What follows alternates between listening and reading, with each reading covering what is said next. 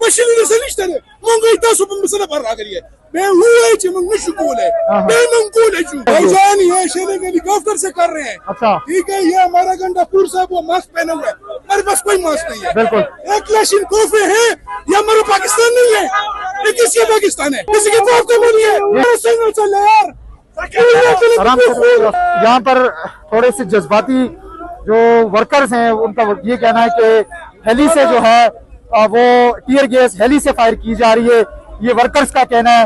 और वाकई यहाँ पर बहुत ज्यादा हमने एंटी टीयर गैस मास्क पहना हुआ, उसके बावजूद हमारी आंखें जल रही है और नाक जल रहा है, गला जल रहा है। तो आप सोच रहे हैं जिनके पास एंटी टीयर मास्क नहीं है, तो एंटी टीयर गैस मास्क अगर उनके पास नहीं है तो उनके साथ क्या होगा। लेकिन लोगों का जज्बा मैं देख रहा हूँ कि उसके बावजूद लोग जो आगे की तरफ जा रहे हैं। ये मेरे अकब में आप देख सकते हैं कि वजीर आला अली अमीन गंडापुर जो है ये बिल्कुल कंटेनर